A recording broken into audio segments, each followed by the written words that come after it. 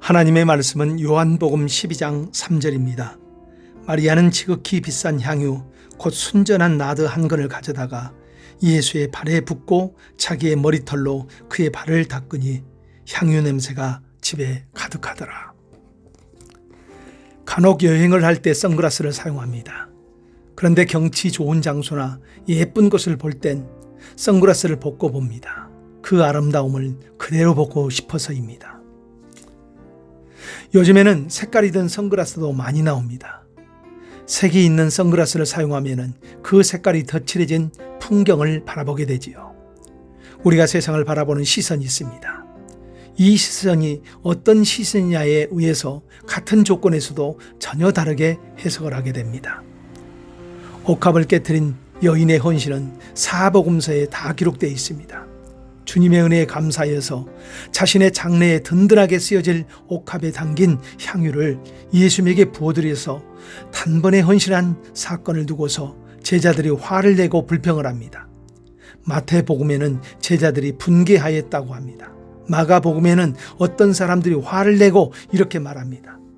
왜 이들이 한 여인의 아름다운 헌신에 대하여서 이렇게 부정적입니까? 이것은 그들에게 부정적인 시각으로 보게 하는 안경을 썼기 때문입니다. 그러면 이 안경은 누가 쓰게 한 것입니까? 요한복음에는 이 헌신에 대하여서 부정적으로 유도를 한 것이 바로 가룟 유다라고 드러내고 있습니다.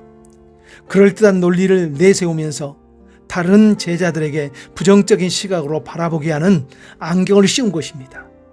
그 안경을 쓴 제자들은 이제 덩달아서 이 아름다운 헌신을 부정적으로 바라보는 정도가 아니라 화를 내면서 성토를 하고 있는 것입니다.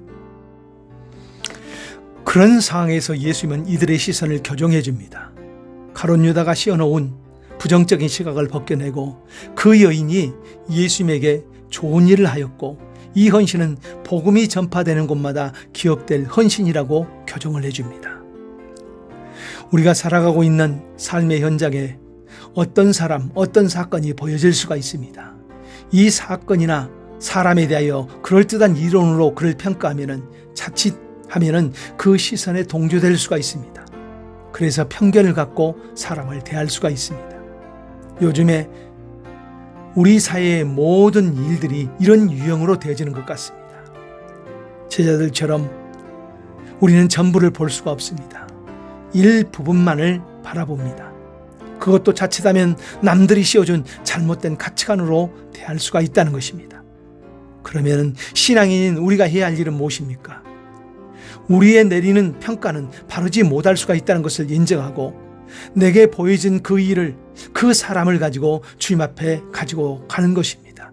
그래서 주님이 바라보시는 그 가치관을 나의 시선으로 대하고 바라보는 것입니다. 대통령 선거가 가까워지면서 우리에게도 끊임없이 특정 정치색이 덧칠해진 안경을 씌우려 할 것입니다. 그래서 자신의 견해와 맞지 않는 대상을 향해 분노하고 부정적으로 바라보게 할 것입니다. 그러면은 신앙인이 해야 할 일은 무엇입니까?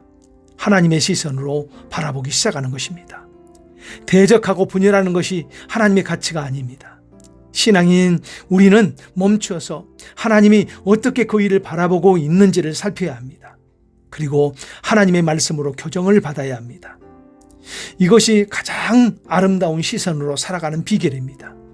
이런 아름다운 눈을 가지고 살아가기를 축복합니다. 기도합니다. 하나님의 눈으로 바라보고 살아갈 수 있는 하루가 되게 하옵소서. 예수님 이름으로 기도합니다.